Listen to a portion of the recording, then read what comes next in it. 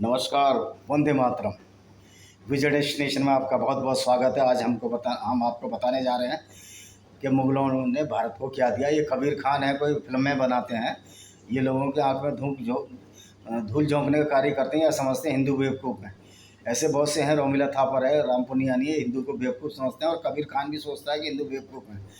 हिंदू वो वाहिद कौम है जिसने पूरी दुनिया को ज्ञान दिया है। तो ये हिंदू आपस में लड़ कर मर गए छुआछूत में, और जाति सिस्टम था ही नहीं हिंदू में। उसकी वजह से हमको बहुत नुकसान हुआ। और जिन्होंने जातिवाद चलाया है वो सबसे बड़े दुश्मन है हिंदू समाज के। मैं ये पहले कहना चाहता हूँ। दूसरी बात यह है कि मुग़लों ने भारत को क्या दिया। ये कबीर खान कहते हैं मुग़लों ने भारत को क्या दिया है। बहुत कुछ दिया, भारत को इस्टेब्लिश किया। तो जो बाबर था वो उज्बेकिस्तान से आया था। तो बाबर को किसी ने पीली चिट्ठी नहीं दी थी कि वो वहाँ है। वो एक अटैकर की हैसियत से आया था। और जहाँ से वो आया था, उज्बेकिस्तान अभी भी जाओ, वो एक गरीब देश है, वहाँ कोई संसाधन ही नहीं है। तो जब वो गरीब था, भुखमरे थे, ये सारे भुखमरे लोग जब इंडिया आए, इंडिया की धन दौलत की वजह से आए, तो इन्होंने देखा इंडिया बहुत अच्छा कंट्री है और इंडिया के लोग सीधे साधे हैं।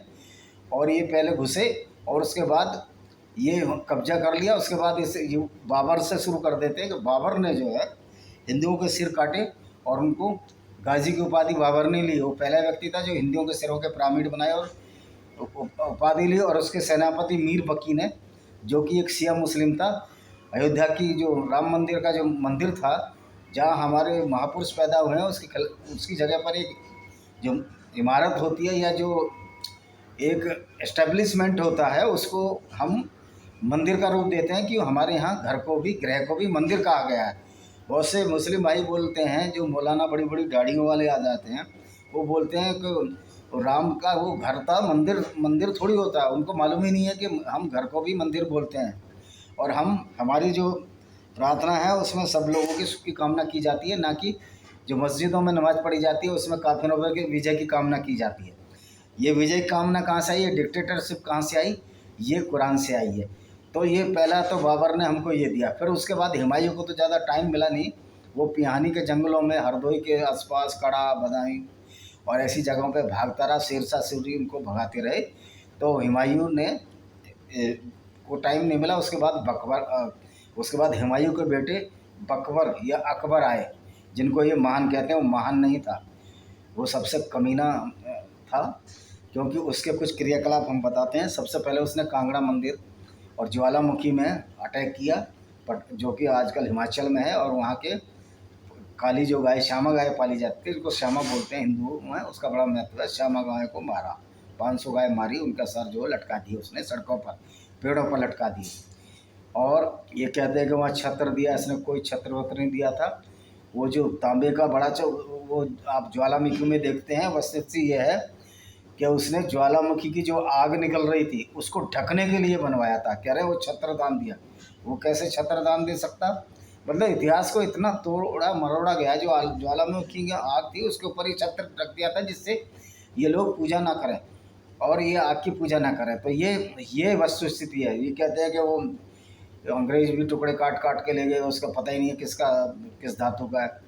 मतलब हिंदुओं को इतना बेवकूफ़ बनाया गया। आप ये बताइए आज के ज़माने में क्या संभव है कि कौन सी धातु का इसकी परीक्षण ना किया जा सके? तो ये इतनी बेवकूफ़ी हमारे हिंदू भाइयों में भी ना समझी है। ये तो छत्र जो बनवाया था उसने, जो छत्र क्या कहेंगे, उसे ढकने का एक ढक्कन बोलते हैं हम, ढक्कन बनवाया था। और उसने उसके बाद क्या किया, इसने अकबर ने और क्या किया, अकबर ने दूसरा काम ये किया कि वहाँ जब चित्तौड़ में इसने चढ़ाई की, 1567 में चढ़ाई की। ये 1658 में इसको राज्य मिला था। और जब ये 23-24 साल का था, इसने चित्तौड़ पर चढ़ाई की। उस टाइम राणा उदय सिंह थे। तो राणा उदय सिंह अपनी फैमिली को लेकर जयमल मेड़त दिया और फत्ता सिसोदिया को ये छोड़कर चले गए थे, उदयपुर चले गए थे। तो इसने, अकबर ने क्या किया, पूरे को किले को घेर लिया। और इसके फलस्वरूप क्या हुआ कि जब देखा कि अब जीत नहीं सकते, रसद की सप्लाई ख़त्म होगी राजपूतों की, तो जयमल की तो पहले ही डेथ हो गई थी, गोली लगने से वो लंगड़ा कर चल रहे थे। और फिर कल्ला ने उनको कंधे पर लाद कर युद्ध किया था, जिससे कि उन्होंने बहुत कहर ढाया था और वो मारे गए थे। उसके बाद जब ये देखा कि हम जीत नहीं पाएंगे, तो सारे जो राजपूत सरदार थे उन्होंने अपना केसरिया बहाना पहना, मंदिर में पूजा की और पान एक दूसरे को बीड़ा खिलाया, जो भी कष्ट में वो। उसके बाद उन्होंने साफा बांधा अपना केसरिया बहाना पहन के और लड़ने के लिए आ गए। और उधर जौहर हुआ। तो जब ये हार गए तो जौहर हुआ। और उस जौहर में कम से कम 30,000 या 30,000 40,000 लोग मारे गए, जिसमें 10,000 तो स्त्रियाँ थी जिन्होंने आग में कूदकर एक तरह से अपनी जो सतीत्व की रक्षा के लिए आग में कूदकर आत्महत्या कर ली, सेल्फ इमोलेशन कर लिया। और 30,000 लोगों को अकबर ने सिविलियंस को काट दिया, मार दिया। तो इस तरह की अकबर था, अकबर ने ये दिया। उसके बाद अकबर के बाद हम चलते हैं जहांगीर के ऊपर। तो जहांगीर तो शराब के नशे में ही डूबे रहे, तो वो कर नहीं पाए। हालांकि उन्होंने बहुत हिंदुओं को कोई ऐसा कोई ज़्यादा फैसिलिटेट नहीं किया। ये है कि जजिया वगैरह हटा लिया। जजिया एक तरह का गुंडा टैक्स है जो इस्लामिक लोग जो है गैर इस्लामिक लोगों को लेते हैं कि हम उनकी रक्षा करेंगे। तुम रक्षा क्या करोगे? ये तो एक गुंडा टैक्स हो ना, रंगदारी टैक्स। आप फ्री में रक्षा करो अगर तुम सही मायने में सुल्तान हो तो। उसके बाद जब हम चलते हैं शाहजहाँ, तो शाहजहाँ भी उतना ही बड़ा दुष्ट था जितना बड़ा ये बाबर था या औरंगज़ेब था। तो शाहजहाँ ने भी बहुत सारे जुल्म ढाए लोगों पर, जजिया इसने फिर इम्पोज कर दिया था। और शाहजहाँ के बाद जो औरंगज़ेब आया वो तो सबसे ही निष्ठुर, निर्दयी और ताना शासक था। उसने काशी विश्वनाथ का मंदिर तोड़वाया, उसने मथुरा का मंदिर तोड़वाया, उसने ये तो मेन मंदिरों की बात बता रहा हूँ मैं। और बाबरी मस्जिद तो पहले बनी चुकी थी, तो 2 मंदिर इसने भी तोड़वाए। और इसने जो दारागंज में एक शिवलिंग है, शिव मंदिर है, उस पर भी तलवार का प्रहार किया। वो आज भी शिवलिंग, वहाँ पर तलवार जो लगी थी वो दिखता है, लेकिन शिवलिंग कटा नहीं, क्योंकि पत्थर था और पत्थर तलवारों से कटा नहीं करते। और बहुत सारे इतिहासकार, राम पुनियानी जी, अक्सर मैंने देखा अपने यूट्यूब चैनल बना रखा, उस पर आते हैं, कह रहा औरंगज़ेब ने मंदिरों का दान दिया था। एक बार बताइए, अगर औरंगज़ेब ने मंदिर तोड़वाए थे फिर मंदिरों को दान क्यों दिया था? क्या वो पागल था, सिरफिरा था? अगर राम पुनियानी की बातों पर जाएं तो औरंगज़ेब एक पागल राजा था या पागल सुल्तान था, क्योंकि पहले मंदिर तोड़वाता था फिर दान देता था। ये हमारे लिए बड़ी शर्म की बात है कि औरंगज़ेब जैसा पागल सुल्तान इंडिया में हुआ। दूसरी बात यह है उसने कोई दान नहीं दिया था। अभी एनसीईआरटी की पुस्तक में जो सिलेबस में पढ़ाया जा रहा है कि दान दिया था, जब आरटीआई में इनसे पूछा गया भाई ये दान दिया गया है सत्य बात है, तो एनसीईआरटी के ने जवाब दिया कि ऐसा कुछ भी फैक्ट नहीं जिसके आधार पर हम पढ़ा रहे हैं, बस ये कोर्स में डाल दिया गया है गवर्नमेंट द्वारा, तो पढ़ा रहे हैं। तो ये किस तरह से हिंदुओं को डिमोरलाइज करने के लिए जो पहला आपको पता पहला शिक्षा मंत्री कहाँ पैदा हुआ था? पहला शिक्षा मंत्री पैदा हुआ था मक्का में, जिसको मौलाना अबुल कलाम आज़ाद कहते हैं, जिसको इंडिया की बड़ी फिक्र थी। ये पाकिस्तान इसलिए लोग नहीं गए कि यहाँ भी हम इस्लामिक राज्य ले आएंगे इस्लामिक जिहाद के फलस्वरूप। तो इनकी ये बहुत बड़ी चाल है कबीर खान जैसों की। और क्या दिया मुग़लों ने हमारे हज़ारों मंदिर तोड़वाए, हज़ारों गौशालाओं को ख़त्म किया, उन पर अपने इन्होंने मदरसे स्थापित किए, हमारी कल्चर को बर्बाद कर दिया। तो ये इस्लाम वाले कुछ दे नहीं सकते, ये ले ही सकते हैं, क्योंकि इसमें तो लूट को सर्टिफाइड किया, माले गनीमत। ये किसी को क्या देंगे? ये स्त्रियों को रैप और बलात्कार करते हैं, ये माले गनीमत में सर्टिफाइड है।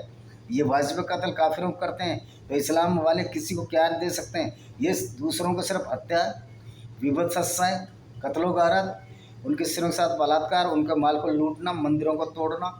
इन्होंने किसके मंदिर नहीं तोड़े? इन्होंने पारसियों को बिल्कुल ख़त्म कर दिया, उनके 5 टेम्पल्स तोड़ के। इन्होंने यहूदियों को अरब से निकाल दिया, क्रिश्चियनों को ख़त्म किया। उसके बाद इंडिया में इन्होंने हिंदुओं के साथ जो का, और फिर इवन जो बुद्धिस्ट थे, अफगान बुद्धिस्ट और हिंदू मेजोरिटी के लोग थे, उनको वहाँ से ख़त्म किया, उनकी मूर्तियाँ तोड़ दी। तो इस्लाम ने दुनिया को विध्वंस दिया और कुछ नहीं दिया। इन्होंने जो भी इमारतें अपने फ़ायदे के लिए बनाई, जो मस्जिदें बनाई, वो दूसरों के मलबों से बनाई, चाहे वो यहूदियों के मलबे हों, चाहे वो जोरास्ट्रियंस के फायर टेम्पल्स हों, उसमें मीनारें इन्होंने लगा दी हैं। तो ये हमको इस्लाम ने दिया। मैं मुग़लों की बात नहीं कर रहा, मैं तो सारे इस्लाम की बात कर रहा हूँ। तो इस्लाम ने इस विश्व को शांति न देकर शांति दी है, और पूरे विश्व को इस कुरान ने 2 भागों में बांटा है। ये इनकी देन है। तो कबीर खान जी बिल्कुल गलतफहमी में ना रहें, आप दूसरों को बेवकूफ़ ना समझें, आपसे बहुत ज़्यादा समझदार है। हिंदू वाहिद कौम है जो वेदों को पढ़ती है और सबसे ज़्यादा इंटेलिजेंट पढ़ी लिखी कौम है, और जो वसुधैव कुटुंबकम की व्याख्या करती है, यानी सारा संसार ही हमारा परिवार है। तो इसी के साथ आप हिंदू लोग अभी भी जागें, ऐसी पार्टियों कम से कम वोट ना दें जो हिंदुओं को बांट रही हैं, जाति के आधार पर बांट रही हैं या सेकुलरिज्म के नाम पर। इस्लाम में कोई सेकुलरिज्म नाम की चीज़ नहीं है, और ना क्रिश्चियन बाइबल में लिखा कि सेकुलर हो, क्योंकि ये दूसरे लोगों को बर्दाश्त ही नहीं कर सकते। उनकी आयतों में, बाइबल की भी वर्सेस में लिखा हुआ है और कुरान की आयतों में भी लिखा हुआ है कि जो लोग हमको नहीं मानते उनके खिलाफ कार्रवाई करो। इसी के साथ अपना मैं वीडियो को विराम देता हूँ। वंदे मातरम, जय हिंद।